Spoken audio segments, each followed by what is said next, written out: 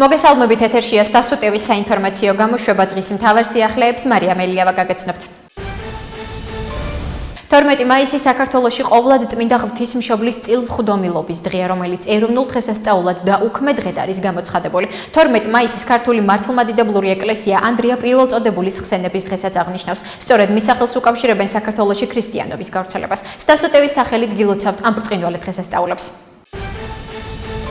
საქართველოს საგარეო საქმეთა მინისტრ მაკა ბოჭორიშვილის განცხადებით მნიშვნელოვანია, რომ გარკვეული საკითხები, რაც დაგროვდა საქართველო-უკრაინის ურთიერთობებში წლების განმავლობაში, უკრაინული მხარისგან იყო სწორედ გაგებული ისე, როგორც ქართულმა საზოგადოებამ და საქართველოს ხელისუფლებამ გაიგო. ბოჭორიშვილმა ისაუბრა უკრაინის საგარეო საქმეთა მინისტრ ანდრეი სიბიგასთან მის სატელეფონო კომუნიკაციაზე და პოზიტიურად შეაფასა ინიციატივა, რომელიც მოდის უკრაინული მხარისგან. ბოჭორიშვილის თქმით, სიბიგასთან სატელეფონო საუბრისას შეთანხმდნენ, რომ გაიმართება შეხვედრაც. ნამდვილად რაღაც აქტიურდა უკრაინული მხარე საქართველოსთან კომუნიკაციაში. დღესაც შედგა ჩვენი სატელეფონო საუბარი ჩემს უკრაინელ კოლეგასთან. მნიშვნელოვანია ერთი, რომ ინიციატივა მოდის უკრაინული მხარისგან, რომ დავსხდეთ და ვისაუბროთ საკითხებზე, რაც უკვე შეიძლება განვიხილოთ როგორც პოზიტიური ნაბიჯი, განაცხადა ბოჭორიშვილმა.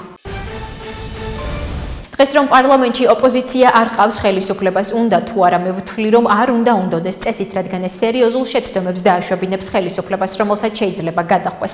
ამის შესახებ პოლიტიკოსმა კახა კახიშვილმა პალიტრანიუსის გადაცემაში 360 გრადუსი განაცხადა. კახიშვილის შეფასებით ქართულმა ოცნებამ უამრავი არასწორი კანონი იმიტომ მიიღო, რომ ოპონენტი არ ყავდა პარლამენტში, რომელიც ოპონირებას გაუწევდა. დღეს რომ პარლამენტში ოპოზიცია არ ყავს ხელისუფლებას, უნდა თუ არა მე ვთვლი, რომ არ უნდა უნდოდეს წესით, რადგან ეს სერიოზულ შეცდომებს დააშვებინებს ხელისუფლებას, რომელსაც შეიძლება გადახვეს.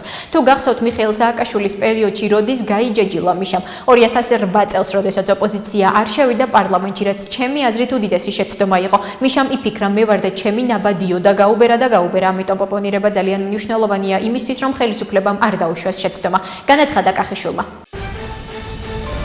მაკა ბოჭორიშვილთან სატელეფონო საუბრის დროს ჩვენს ქვეყნებს შორის კონსტრუქციული დიალოგი აღნიშნეთ და უკრაინა-საქართველოს ურთიერთობების ნორმალიზების საერთო ინტერესზე შევთანხმდით.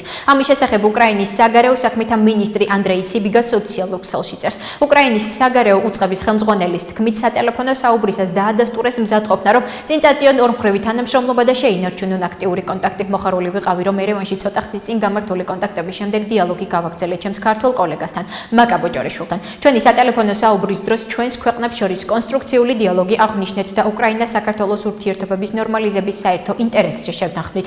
განვიხილეთ ორმხრივი ურთიერთობები და საერთაშორისო ორგანიზაციების ფარგლებში ინტერაქცია. ასევე დავადასტურეთ ჩვენი მზადყოფნა, რომ წინ წავწიოთ ორმხრივი თანამშრომლობა და შევინარჩუნოთ აქტიური კონტაქტი, წერს სიბიგა.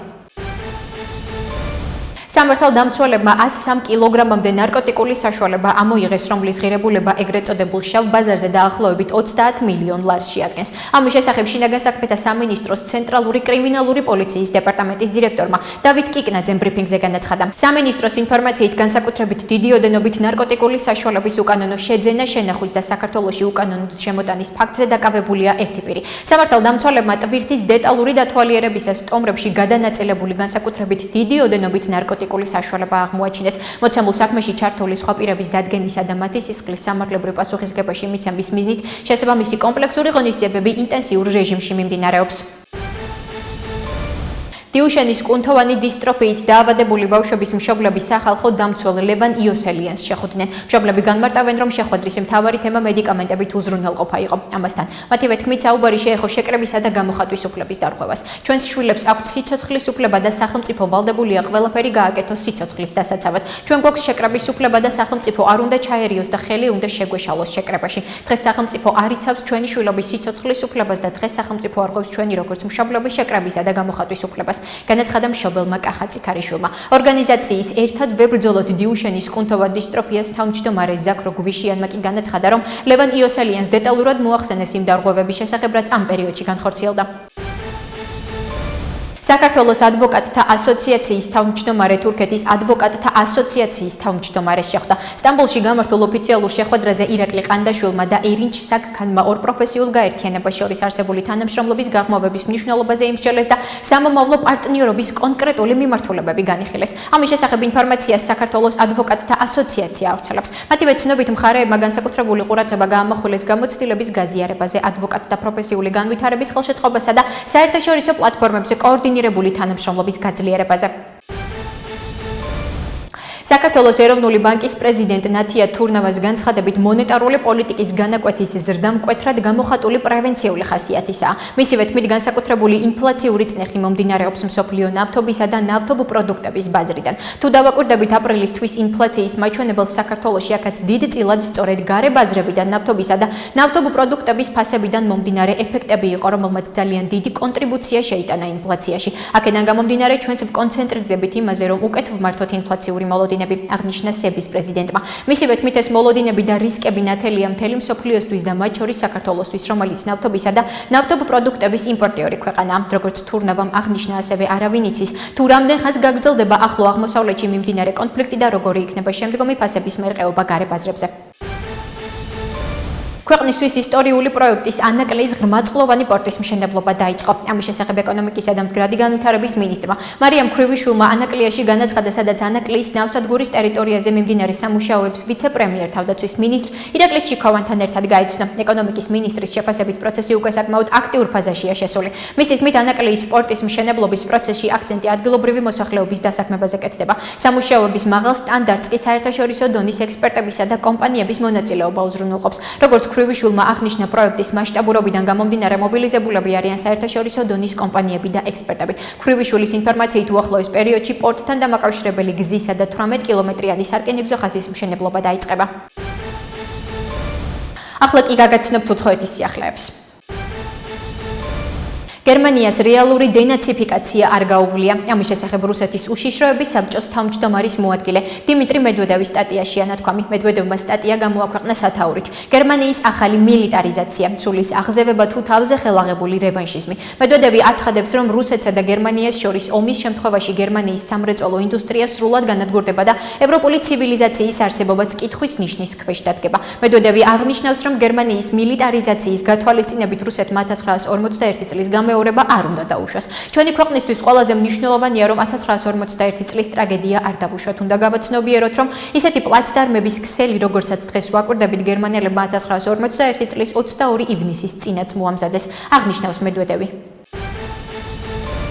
ევროკავშირმა ამერიკის შეერთებულ შტატებთან საბაჭრო შეთანხმების რატიფიცირება ვერ შეძლო. ინფორმაციას პოლიტიკო ავრცელებს. ევროკავშირის წევრი ქვეყნებისა და ევროპარლამენტის მომლაპარაკებლებმა ამერიკის შეერთებულ შტატებთან საბაჭრო შეთანხმების რატიფიცირების საკითხზე მოლაპარაკებები გამართეს, თუმცა საბოლოო გადაწყვეტილება ვერ მიიღეს. გამოცემა წერს, რომ ევროკავშირის ვაჭრობისა და ეკონომიკური უსაფრთხოების კომისარმა მაროშ შეფჩოვიჩმა ვაშინგტონთან საბაჭრო ურთიერთობების სტაბილიზაციის მიზნით მომლაპარაკებლებს შეთანხმების მიღწევისკენ მოუწოდა. შეგახსენებთ, ევროკავშირმა და ამერიკამ საბაჭრო შეთანხმებას 2025 წლის ივლისში მიაღწიეს. შეთანხმება ევროკავშირიდან ექსპორტზე გატანილ საქონელზე 15%-იან ტარიფებს ითვალისწინებს. შეთანხმების ძალაში შესვლისთვის ევროკავშირმა მისი რატიფიცირება უნდა მოახდინოს. გასულ კვირას ამერიკის შეერთებული შტატების პრეზიდენტმა დონალდ ტრამპმა განაცხადა, რომ ევროკავშირის საბაჭრო შეთანხმებას არ ასრულებს.